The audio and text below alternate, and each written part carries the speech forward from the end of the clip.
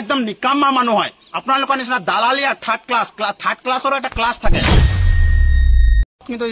থিয় হৈ মেলি পেলাই ষ্টেটমেণ্ট দিব লাগিব আৰু গতিকে এটা কথা মই কৈছো ইয়াত যিমান আমাৰ আদিবাসী ৰাইজসকল আছে যিমান চাহ জনগোষ্ঠীৰ লোকসকল আছে যিমান চাহ শ্ৰমিক লোকসকল আছে সকলোৱে মাৰ বান্ধি ওলাই আহক বিজেপি চৰকাৰৰ যিটো নেকি দুৰ্নীতি যিটো নেকি ভ্ৰষ্টাচাৰ আৰু যিটো নেকি লুটপাট যিটো নেকি চলিছে আমি কিন্তু ধিক্কাৰ দিছো কালিলৈকে কিন্তু আমি তেওঁলোকক কিন্তু আমি সন্মানে আদৰি লৈছিলো কিন্তু আজি কিন্তু আপোনালোকে তাৰ কিন্তু যোগ্যতাটো আপোনালোকে হেক কৰি পেলাইছে আপোনালোকে একদম নিকাম্মা মানুহ হয় আপোনালোকৰ নিচিনা দালালি আৰু থাৰ্ড ক্লাছৰ এটা ক্লাছ থাকে আপোনালোকৰ এটা ক্লাছো নাইকিয়া এনেকুৱা ধৰণৰ মানুহ হয় ৰিয়েলিটিত ক'বলৈ গৈছো একদম ক্লাছে নথকা ক'ত গ'ল আমাৰ শ্ৰম মন্ত্ৰী এইটো কি নাম আছিলে শ্ৰম মন্ত্ৰী ফাল্টু শ্ৰম মন্ত্ৰীটো যিটো আছিলে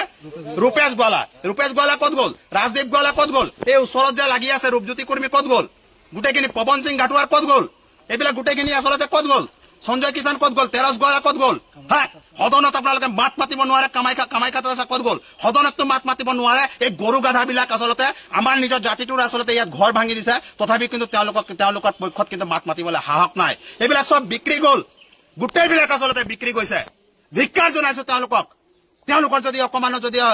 ইজ্জত বোলা বস্তুটো যদি আছে তেওঁলোকে অতি শীঘ্ৰে ইয়াত আহক ইমান কিতাপৰ বিষয় আচলতে আমাৰ যে আদিবাসী জনগোষ্ঠীৰ লোকৰ নিৰাপত্তা নাই এই কথাটো কিন্তু স্পষ্ট হৈ গৈছে সেই সময়ৰ আচলতে ব্ৰিটিছ চৰকাৰ আৰু এই সময়ৰ আচলতে বিজেপি চৰকাৰ তেওঁলোকৰ মাজত কোনো পাৰ্থক্য নাই একদম দেখিবলৈ পোৱা গৈছে ইমান দুখৰ কাহিনী আচলতে পৰিয়ালটোক চকী পৰিয়ালটো যদি মন কৰে তেওঁলোকৰ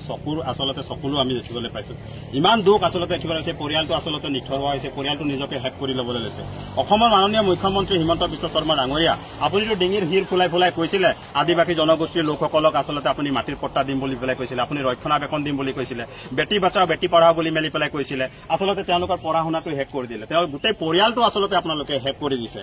এনেকুৱা আচলতে দুখৰ বেদনা আমি প্ৰথমবাৰ কিন্তু অসমতে দেখিবলৈ পাইছো যি আদিবাসী লোকসকলে যি চাহ শ্ৰমিক লোকসকলে আপোনালোকক শাসনৰ গাড়ীত আনিলে এতিয়া সেই আদিবাসী লোকসকলক সেই আচলতে চাহ শ্ৰমিকসকলক এইটোৱে ফল দিছে এইটো চাওক আপোনালোকৰ প্ৰশাসনে আহি মেলি পেলাই আচলতে কি কৰিছে গোটেই জেচিপি লগাই মেলি পেলাই ভাঙি মেলি পেলাই ইয়াত গোটেইখিনি হেক কৰি দিলে এইবিলাক চব পঢ়া শুনাৰ ল'ৰা ছোৱালী তাই পঢ়ি আছে ফাৰ্ষ্ট ইয়াৰত পঢ়ি আছে হাই ছেকেণ্ডেৰী ফাৰ্ষ্ট ইয়াৰত পঢ়ি আছে এইবিলাক গোটেই পঢ়া শুনা ল'ৰা ছোৱালী তেওঁলোকে আচলতে কিতাপো ওলাবলৈ ইয়াৰ পৰা সময় পোৱা নাই ইয়াতকৈ দুখৰ বিষয় আচলতে হ'ব পাৰে নেকি আচলতে হিটলাৰী এখন যে চলাইছে ব্ৰিটিছৰ দৰে আমি কিন্তু বহুত মনত দুখ পাইছো আপোনালোকক কিন্তু আমি বিশ্বাস কৰি মেলি পেলাই শাসনৰ গাড়ীত আনিছিলো কিন্তু এতিয়া দেখিবলৈ পোৱা হ'ল কিন্তু আপোনালোকে কিন্তু মন্ত্ৰী বা এমএলএ বা মুখ্যমন্ত্ৰী কিন্তু যোগ্যতা আপোনালোকে হেক কৰি পেলাইছে চাৰিওফালে আমি দেখিবলৈ পাইছো আপোনাৰতো মন্ত্ৰী সভাতে চুৰ আছে ন তাক আপুনি নধৰে কেলে আপুনি জয়ন্ত মল্লক ধৰি মেলি পেলাই উলিয়াই দিয়ক না পল্লৱ লোচনক ধৰি মেলি পেলাই উলিয়াই দিয়ক না পল্লৱ লোচনতো 109 বিঘাতকৈ বেছি মাটি আছে তেখেতক যে আপোনালোকে একো নকৰে আপুনি দেখিবলৈ পাইছো যে জয়ন্ত মল্ল ডাঙৰীয়াক দেখিবলৈ পাইছো তেখেতৰো এতিয়া 85 বিঘা 100 বিঘা মাটি তেওঁ আচলতে লুটপাট কৰি লৈছে তাকো আপোনালোকৰ চৰকাৰৰ মাটি হয় তেতিয়াহ'লে আপুনি কওকচোন আপোনাৰ এই বগানৰ মাটিখিনি আপোনালোকৰ হয় নে নহয় আপুনি তো কৈ আছে গোটেইখিনি মাটি আপোনালোকৰ হয় আৰু আমিও জানো কাৰণ আমিও পঢ়িছো আনএডুকেটেড পাৰ্চনটো নহয় কাৰণ এই মাটিটো 99 ইয়াৰ্ছৰ কাৰণে আপুনি আচলতে লিজতে দিছে তেনেস্থলত আপোনাৰ হস্তক্ষেপ নোহোৱাতকে ইমান গুণ্ডা বাহিনী আপুনি পুহি ৰাখিছে নহয় মই ভাবো 1,40,00,000 মানুহ যদি আপোনাৰ প্ৰয়োজনে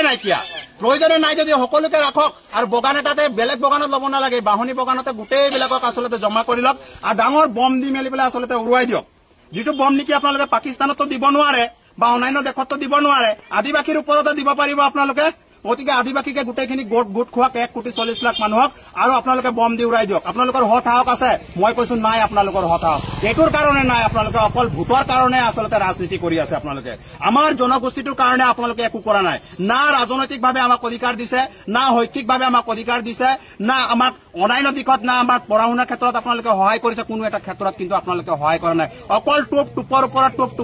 টুপ আৰু কাৰ্ডৰ ওপৰত কাৰ্ড আমি দেখিবলৈ পাইছো কিন্তু আমি যে আপোনালোকক ভোট দিওঁ যদি আমি অবৈধ তেতিয়াহ'লে আমাৰ ভোটটো আপোনালোকে কিয় লয় সেই কথাটো আমাক কওকচোন আপোনালোকে বুজাই কৰি মেলি পেলাই কওক যদি আমি অসমত অবৈধ তেতিয়াহ'লে কিহৰ কাৰণে আপোনালোকে কিন্তু আমাৰ ভোটটো লৈ মেলি পেলাই জয়ী হয় যদি অবৈধ মানুহ হয় আজি বৈধ মানুহ থাকোতে আমি গোটেইবিলাক এনেকুৱা ধৰণৰ যদি পৰিস্থিতি হয় এই পৰিয়ালটি বাৰু ক'ত যাব আপোনালোকে কওকচোন হা আপোনালোকে যে ইমান ফাঁকি ৰাজনীতি ইমান বাকী ৰাজনীতি আৰু ইমান ধকা ৰাজনীতি আপোনালোকেতো এনেকুৱা ধকা দিছে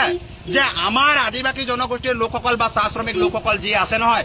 আপোনাৰ ভোকত যে আমাৰ মানুহ ভোকত সেই ধকাটোকো খাই লৈছে আৰু ধকাটো খাই মেলি পেলাই পেট ভৰ্তি কৰি মেলি পেলাই আছিলে কিন্তু আজি আপোনালোকক সেইটোও কিন্তু জোৰা নাই সেইকাৰণে আপোনালোকে এই ঘৰটো গোটেইখিনি ভাঙি মেলি পেলাই আচলতে গোটেই পৰিয়ালটো আপুনি হেক কৰি দিলে, বিচ্ছিন্ন কৰি দিলে গোটেইখিনি। পুলিচ প্ৰশাসনে সোমাব নিদিলে, বস্তু ওলাব নিদিলে। ইয়াত তেওঁলোকৰ যি নেকি অলপ চলপ যি নেকি টকা পইচা আছিলে সেইখিনিও হেৰাই গৈছে, আৰু তাত যি নেকি সোণ গহনা আছিলে এইখিনিও আচলতে হেৰাই গৈছে। এই গোটেইখিনি দায়ী এই বাঁহবাৰীৰ যিটো নেকি মেনেজাৰ আছে, সেই মেনেজাৰজন কিন্তু ল'ব লাগিব, আৰু তেখেতে কিন্তু হাইকোৰ্টত থিয় হ'ব লাগিব। এই কথা